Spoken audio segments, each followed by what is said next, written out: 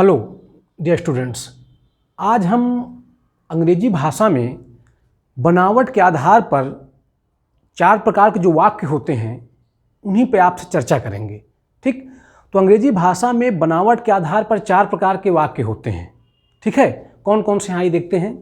देखिए, बनावट के आधार पर जो 4 प्रकार के वाक्य हैं वो हैं सिंपल सेंटेंस,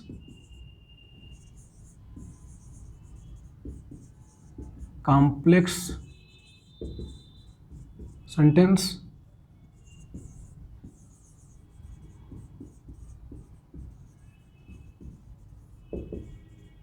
कंपाउंड सेंटेंस,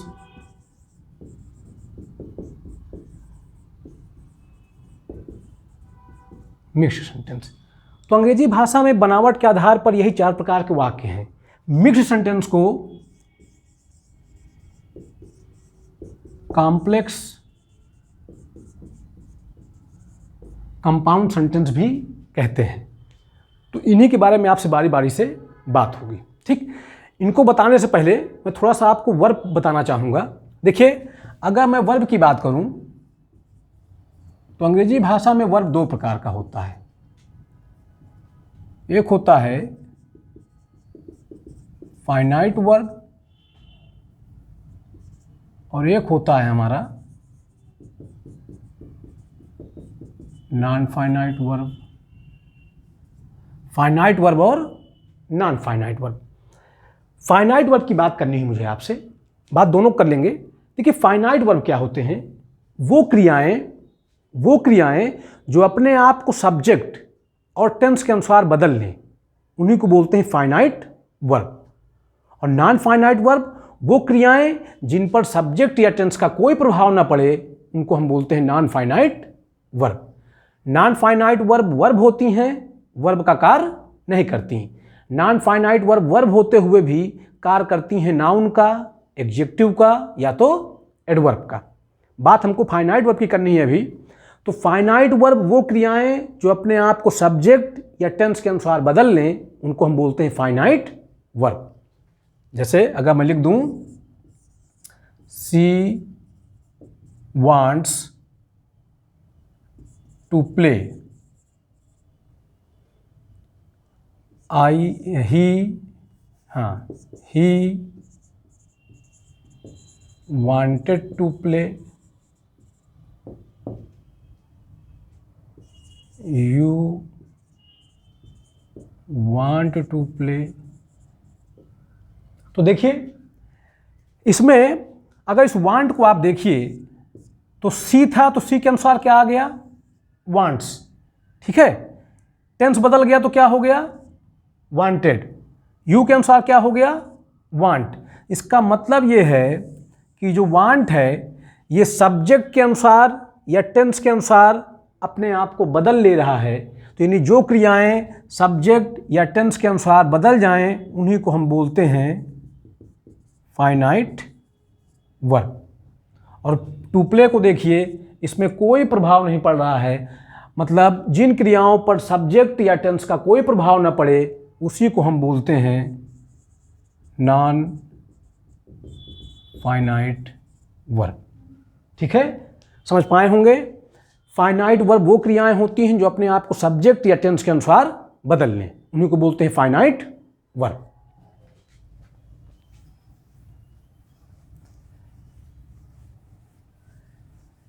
देखिए, बात कर लेते हैं किसकी? Simple sentence. पहली बात तो सेंटेंस की बात कर लें। सेंटेंस क्या है? शब्दों का एक ऐसा समूह जो सार्थक अर्थ दे, उसी को हम बोलते हैं वाक्य। A group of words that gives complete sense is known as sentence. इन शब्दों का कोई ऐसा समूह जो पूरा अर्थ देगा, उसको हम क्या बोलेंगे? वाक्य बोलेंगे। उसमें भी अगर मैं सिंपल सेंटेंस की बात करूं तो सिंपल सेंटेंस क्या होता है यह जान लेते हैं। देखिए, सिंपल सेंटेंस क्या होता है? सिंपल सेंटेंस में अपना एक सब्जेक्ट होगा और एक फाइनाइट वर्ब होगी, या यूं मैं कह सकता हूं ऐसा वाक्य जिसमें एक सब्जेक्ट हो और एक ही फाइनाइट वर्ब हो और वो पूरा अर्थ दे, उसी को हम बोलेंगे क्या? Simple sentence. ठीक, जैसे अगर मैं लिख दूं सी प्लेज, वह खेलती है। अच्छा देखिए, सब्जेक्ट क्या होता है?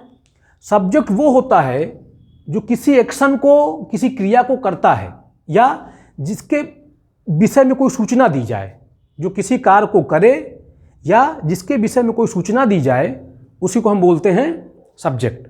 ठीक है, समझ पा रहे हैं?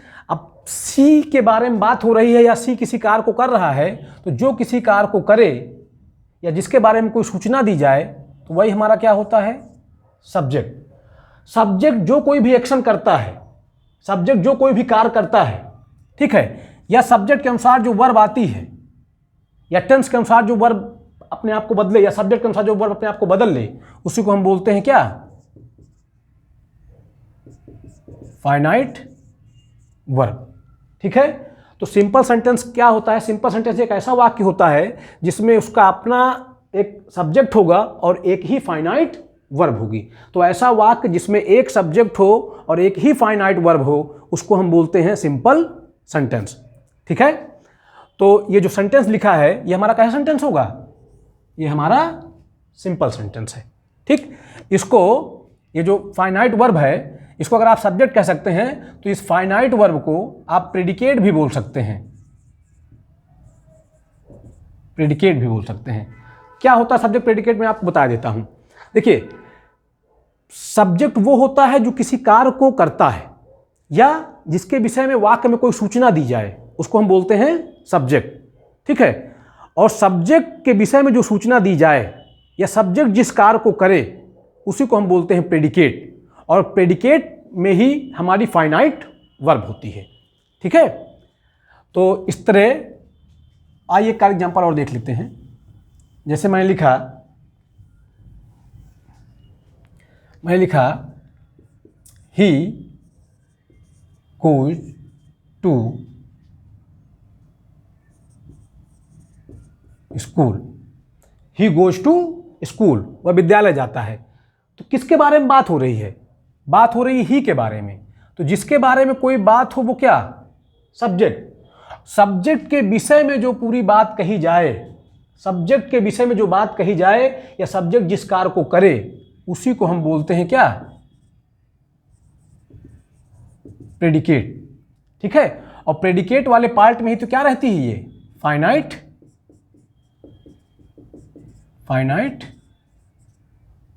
Finite verb.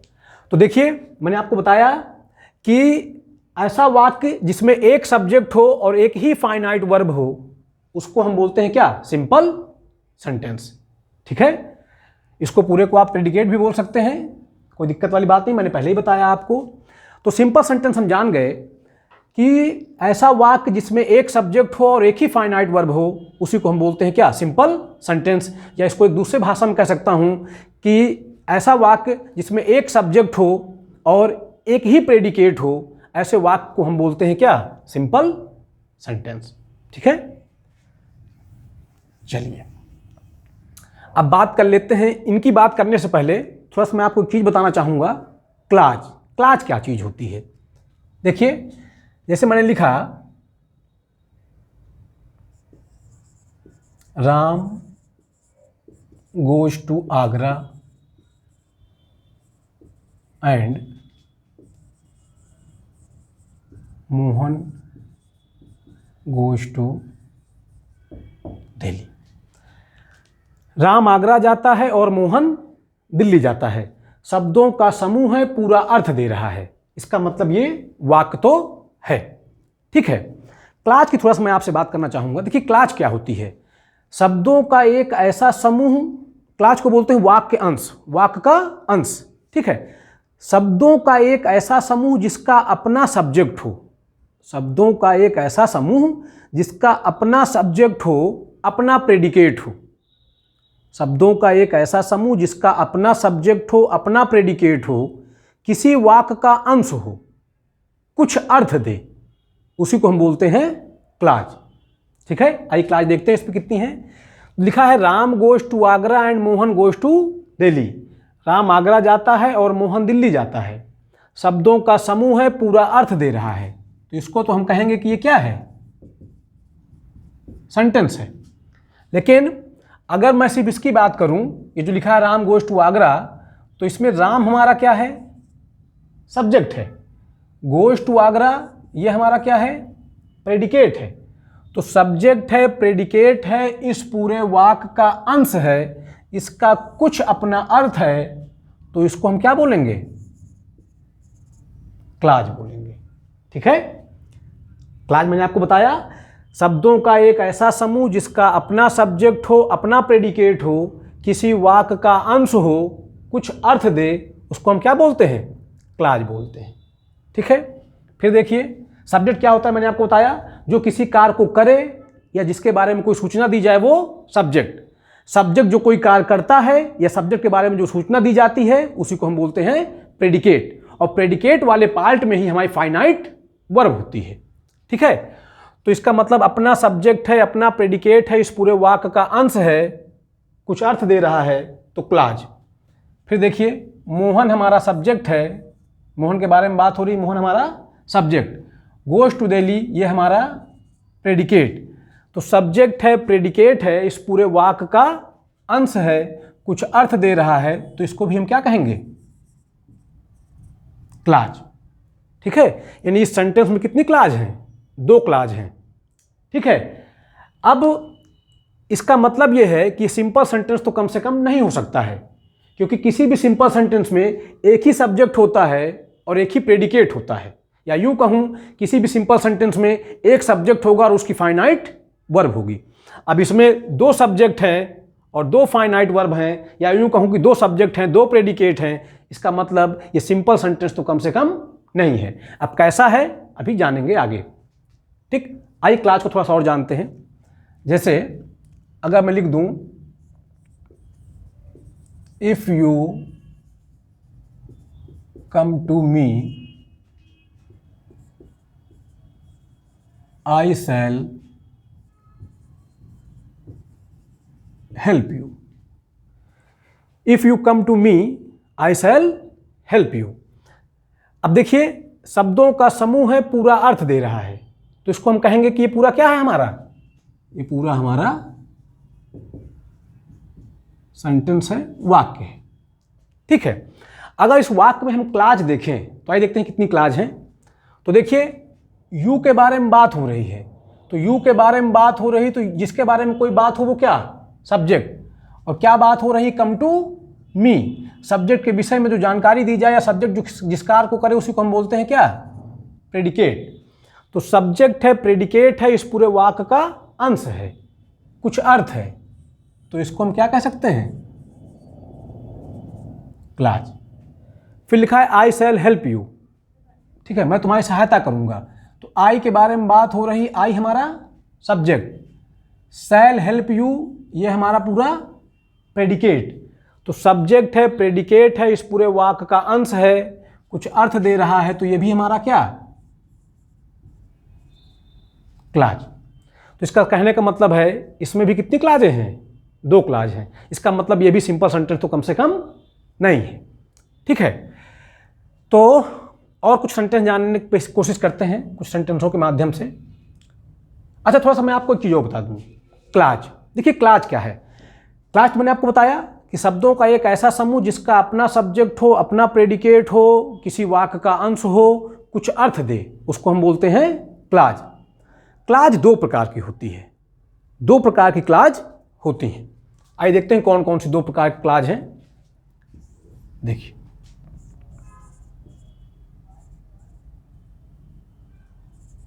क्लाज 2 प्रकार की। पहली हमारी प्रिंसिपल क्लाज। ठीक है, प्रिंसिपल क्लाज को हम मेन क्लाज या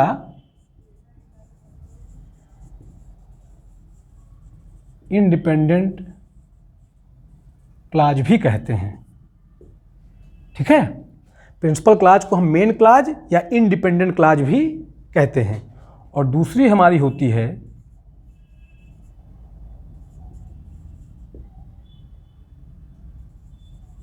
सबऑर्डिनेट क्लाज, और सबऑर्डिनेट क्लाज को हम डिपेंडेंट क्लाज भी कहते हैं। ठीक है, तो दो क्लास तो मैंने आपको बता दिया है। अब क्लास दो प्रकार की होती है, प्रिंसिपल क्लास। प्रिंसिपल क्लास को हम मेन क्लास या इंडिपेंडेंट क्लास भी कह सकते हैं, स्वतंत्र होती हैं ये। ठीक है, सबऑर्डिनेट क्लास को हम डिपेंडेंट क्लास भी कहते हैं।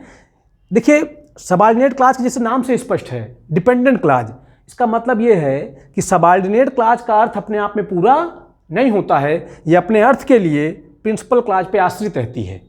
ठीक है, और प्रिंसिपल क्लास अपने अर्थ को लेकर किसी पर आश्रित नहीं रहती है, इसीलिए इसको बोलते हैं इंडिपेंडेंट क्लास। ठीक है, यानी किसी पे जो आश्रित ना हो। ठीक, क्लास तो मैंने आपको बता दिया, शब्दों का एक ऐसा समूह जिसका अपना सब्जेक्ट हो, अपना प्रेडिकेट हो, किसी वाक्य का अंश हो, कुछ अर्थ दे, उसको हम बोलते हैं क्लास। ठीक, क्लास दो प्रकार की, प्रिंसिपल क्लास को इंडिपेंडेंट क्लास भी कहते हैं, सबऑर्डिनेट क्लास को डिपेंडेंट क्लास भी कहते हैं। ठीक है, अब पहले जान लें क्या है प्रिंसिपल क्लास और क्या है सबऑर्डिनेट क्लास। ठीक है, देखिए प्रिंसिपल क्लास क्या होती है ये जानते हैं। देखिए प्रिंसिपल क्लास क्या होती है, शब्दों का एक ऐसा समूह जिसका अपना सब्जेक्ट हो, अपना प्रेडिकेट हो। शब्दों का एक ऐसा समूह जिसका अपना सब्जेक्ट हो, अपना प्रेडिकेट हो, किसी वाक्य का अंश हो, पूरा अर्थ दे, उसको हम बोलते हैं प्रिंसिपल क्लास। शब्दों का एक ऐसा समूह जिसका अपना सब्जेक्ट हो, अपना प्रेडिकेट हो, किसी वाक्य का अंश हो, पूरा अर्थ दे, उसको हम बोलते हैं प्रिंसिपल क्लास। ठीक, आइए देखते हैं प्रिंसिपल क्लास इसमें। जैसे देखिए लिखा है राम गोज टू आगरा, राम आगरा जाता है, तो देखिए सब्जेक्ट है, प्रेडिकेट है, इस पूरे वाक्य का अंश है, तो और इसका अर्थ अपने आप में पूरा है, ये अपने अर्थ के लिए किसी पे आश्रित नहीं है। तो जो अपने अर्थ को लेकर किसी पे आश्रित ना हो, उसी को हम बोलते हैं क्या, प्रिंसिपल क्लास। और फिर देखिए लिखा है मोहन गोज टू दिल्ली, मोहन दिल्ली जाता है, तो मोहन हमारा सब्जेक्ट है, गोज टू दिल्ली हमारा प्रेडिकेट है, सब्जेक्ट है, प्रेडिकेट है, इस पूरे वाक्य का अंश है, पूरा अर्थ दे रहा है, तो इसको भी हम कह सकते हैं क्या, प्रिंसिपल क्लास। ठीक है, तो प्रिंसिपल क्लास समझ पाए होंगे, शब्दों का एक ऐसा समूह जिसका अपना सब्जेक्ट हो, अपना प्रेडिकेट हो, किसी वाक्य का अंश हो, पूरा अर्थ दे, उसको हम बोलते हैं प्रिंसिपल क्लास। प्रिंसिपल क्लास अपने अर्थ के लिए किसी और पर आश्रित नहीं होती है। ठीक, इस वाक्य में अगर देखें तो देखिए लिखा है if you come to me, यदि तुम मेरे पास आते हो, तो कहने का मतलब ये है इसका अर्थ अपने आप में पूरा नहीं है, मेरे पास आओगे तो क्या होगा। ठीक है, इसका मतलब ये अपने अर्थ के लिए किस पे निर्भर है, इस वाली क्लास पे निर्भर है। इसका मतलब ये हमारी प्रिंसिपल क्लास तो कम से कम नहीं है। लेकिन इसको अगर आप देखें लिखा है आई शैल हेल्प यू, मैं तुम्हारी मदद करूंगा, तो आई हमारा सब्जेक्ट है, शैल हेल्प यू ये हमारा प्रेडिकेट है, तो सब्जेक्ट है, प्रेडिकेट है, इस पूरे वाक्य का अंश है, और ये अपने अर्थ के लिए किसी और पर आश्रित नहीं है, इसलिए इसको हम कह सकते हैं प्रिंसिपल क्लास। तो प्रिंसिपल क्लास समझ पाए होंगे, शब्दों का एक ऐसा समूह जिसका अपना सब्जेक्ट हो, अपना प्रेडिकेट हो, किसी वाक्य का अंश हो, पूरा अर्थ दे, उसको हम बोलते हैं प्रिंसिपल क्लास। ठीक है, सबऑर्डिनेट क्लास को मैं आपको बता दूं, सबऑर्डिनेट क्लास क्या होती है, जैसे कि इसका नाम होता है डिपेंडेंट क्लास, यानी कि सबऑर्डिनेट क्लास अपने अर्थ के लिए प्रिंसिपल क्लास पर आश्रित होती है। तो मैं कह सकता हूं शब्दों का एक ऐसा समूह जिसका अपना सब्जेक्ट हो, अपना प्रेडिकेट हो, किसी वाक्य का अंश हो, कुछ अर्थ दे मगर पूरा अर्थ ना दे, उसको हम बोलते हैं क्या, सबऑर्डिनेट क्लास। तो अब देखिए ये जो लिखा है if you come to me, तो इसका अपना सब्जेक्ट है, अपना प्रेडिकेट है, इस पूरे वाक्य का अंश है, इसका कुछ अर्थ है मगर पूरा अर्थ नहीं है, तो इसको हम कह सकते हैं क्या, सबऑर्डिनेट क्लास। या मैं एक तरीके से और कह सकता हूं, दरअसल कंजंक्शन दो प्रकार के होते हैं, कोऑर्डिनेटिंग कंजंक्शन और सबऑर्डिनेटिंग कंजंक्शन। तो ऐसी क्लास जो सबऑर्डिनेटिंग कंजंक्शन से शुरू होती हैं वो क्लास कहलाती हैं क्या, सबऑर्डिनेटिंग क्लास। तो चाहे इसको इस तरह से आप देख लीजिए कि सब्जेक्ट है, प्रेडिकेट है, इस पूरे वाक्य का अंश है, इसका कुछ अर्थ है मगर पूरा अर्थ नहीं है, अपने अर्थ के लिए ये प्रिंसिपल क्लास पे आश्रित है, सबऑर्डिनेट क्लास। या इस तरह से कह लीजिए कि इफ एक सबऑर्डिनेटिंग कंजंक्शन है,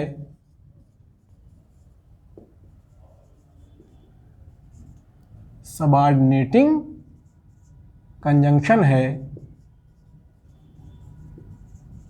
जब सबऑर्डिनेटिंग कंजंक्शन है तो क्लॉज कैसी बनाएगा? Subordinate.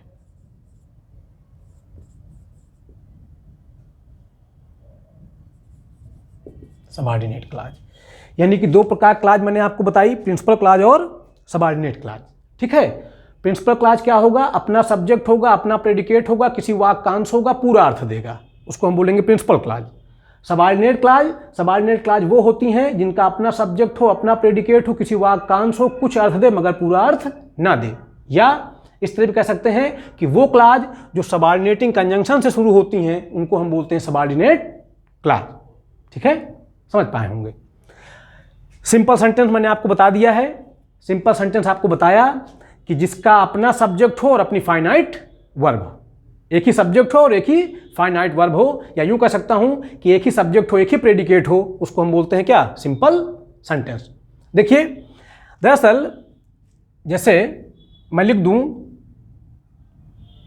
She goes to school, तो देखिए सी हमारा क्या है? सब्जेक्ट है। गोज टू स्कूल ये हमारा प्रेडिकेट है, या प्रेडिकेट वाले पार्ट में हमारी फाइनाइट वर्ब होती है। तो देखिए सब्जेक्ट है, प्रेडिकेट है, या सब्जेक्ट है, फाइनाइट वर्ब है। एक ही सब्जेक्ट है, एक ही फाइनाइट वर्ब है, या एक ही सब्जेक्ट है, एक ही प्रेडिकेट है। इसको हम कह सकते हैं क्या? सिंपल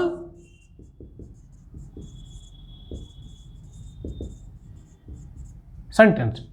देखिए किसी क्लॉज में, किसी प्रिंसिपल क्लॉज में भी एक ही सब्जेक्ट होता है, एक ही प्रेडिकेट होता है, या यूं कह सकता हूं एक ही सब्जेक्ट होता है, एक ही फाइनाइट वर्ब होती है। तो सिंपल सेंटेंस में और प्रिंसिपल क्लॉज में क्या अंतर है? देखिए अंतर तो विशेष यही है कि देखिए क्लॉज किसी वाक्य का अंश होती है, क्लॉज किसी वाक्य का अंश होती है और वाक्य किसी का अंश नहीं होता है। ठीक है, देखिए ये सब्जेक्ट है, प्रेडिकेट है, इस पूरे वाक्य का अंश है, पूरा अर्थ दे रहा है तो प्रिंसिपल क्लॉज।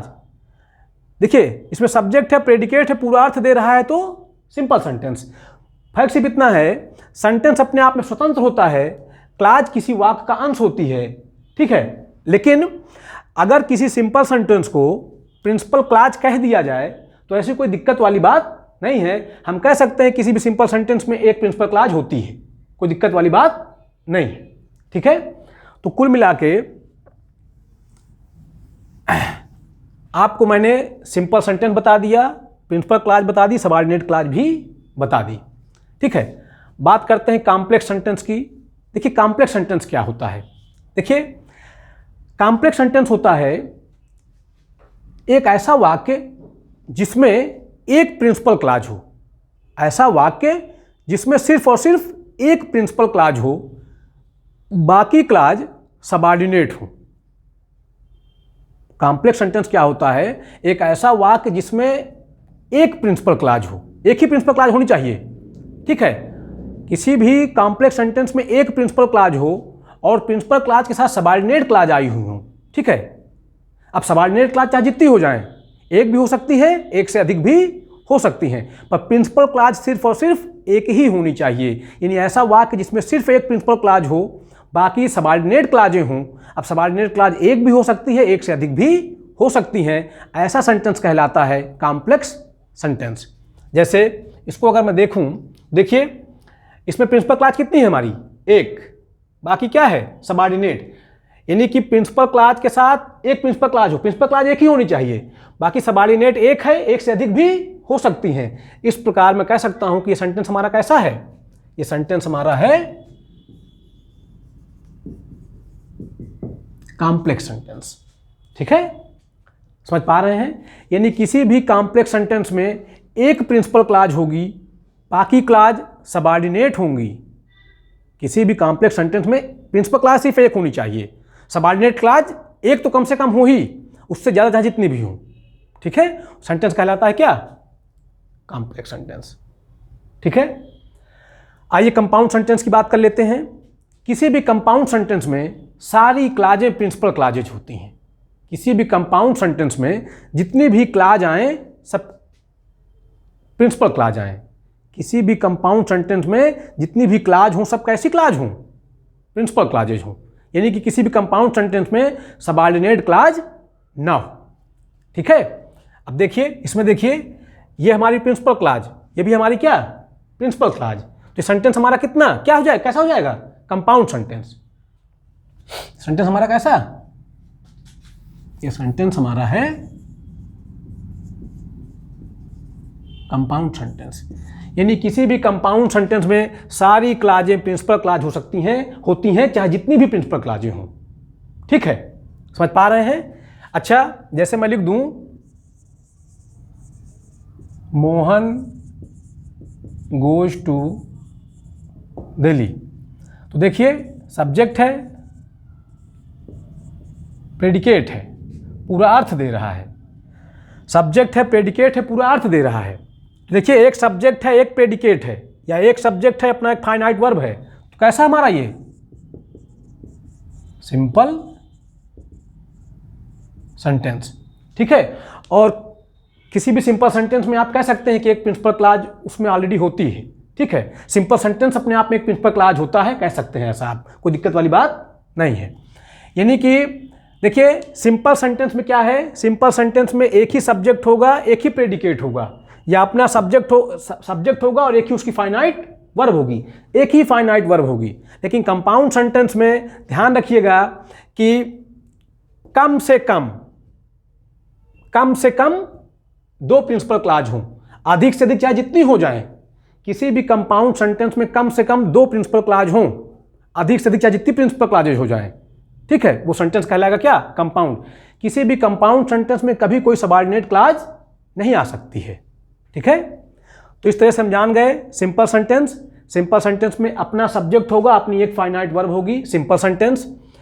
किसी भी कॉम्प्लेक्स सेंटेंस में एक प्रिंसिपल क्लॉज होगी और कम से कम एक ही सबऑर्डिनेट क्लॉज होगी, अधिक से अधिक चाहे जितनी सबऑर्डिनेट हो जाएं, पर कम से कम एक किसी भी कॉम्प्लेक्स सेंटेंस में एक ही प्रिंसिपल क्लॉज होगी और कम से कम एक सबऑर्डिनेट क्लॉज होगी।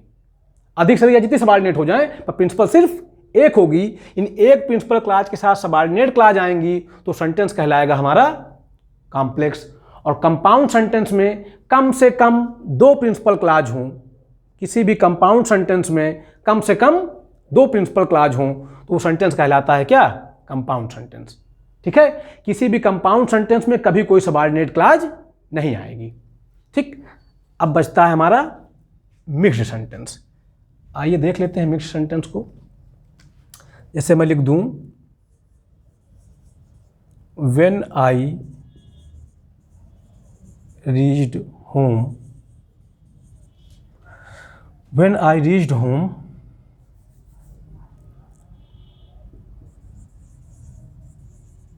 Mohan was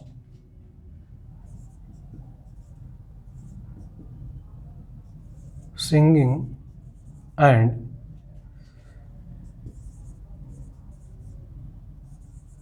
Radha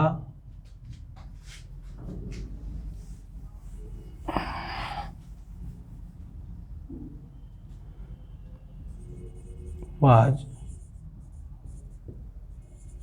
dancing। देखिए लिखा है When I reached home, Mohan was singing and Radha was dancing. तो इस वाक्य में अगर मैं क्लॉज की बात करूं तो देखिए आई के बारे में बात कर रहा है। आई हमारा क्या, सब्जेक्ट। रीच्ड होम ये हमारा क्या, प्रेडिकेट। सब्जेक्ट है, प्रेडिकेट है, इस पूरे वाक्य का अंश है, तो ये क्या हमारी क्लॉज। ठीक है, मोहन वाज सिंगिंग, तो मोहन हमारा क्या है, सब्जेक्ट। वाज सिंगिंग हमारा प्रेडिकेट। सब्जेक्ट है, प्रेडिकेट है, इस पूरे वाक्य का अंश है, तो clause. Radha was singing, Radha was dancing, sorry, तो राधा हमारा क्या, सब्जेक्ट। वाज डांसिंग हमारा क्या, प्रेडिकेट। सब्जेक्ट है, प्रेडिकेट है, इस पूरे वाक्य का अंश है, तो क्लॉज। ठीक है, इसमें 3 क्लॉज हैं। आइए बात करते हैं कौन कौन सी क्लॉज हैं। देखिए लिखा है मोहन वाज सिंगिंग, मोहन गा रहा था, तो मोहन हमारा सब्जेक्ट है, वाज सिंगिंग प्रेडिकेट है, इस पूरे वाक्य का अंश है और इसका अर्थ अपने आप में पूरा है। तो सब्जेक्ट हो, प्रेडिकेट हो, किसी वाक्य का अंश हो, पूरा अर्थ हो, तो उसी को हम बोलते हैं प्रिंसिपल, उसी को हम बोलते हैं principal clause. Radha was singing, तो राधा हमारा सब्जेक्ट है, राधा वाज डांसिंग, तो राधा हमारा सब्जेक्ट है, वाज डांसिंग हमारा प्रेडिकेट है। सब्जेक्ट है, प्रेडिकेट है, इस पूरे वाक्यांश है, इसका अर्थ भी अपने आप में पूरा है, तो इसको भी हम कह सकते हैं प्रिंसिपल क्लाज। ठीक है, लेकिन इसको देखिए लिखा है व्हेन आई रीच्ड होम, जब मैं घर पहुंचा, तो इसका अर्थ अपने आप में पूरा नहीं है। सब्जेक्ट तो है, प्रेडिकेट भी है, इस पूरे वाक्यांश है, मगर ये अपने अर्थ के लिए निर्भर है इन पे, इसलिए जो अपने अर्थ को लेकर प्रिंसिपल क्लाज पे आश्रित हो उसी को हम बोलते हैं सबऑर्डिनेट क्लाज। या मैं ये कह सकता हूं कि व्हेन एक सबऑर्डिनेटिंग कंजंक्शन है,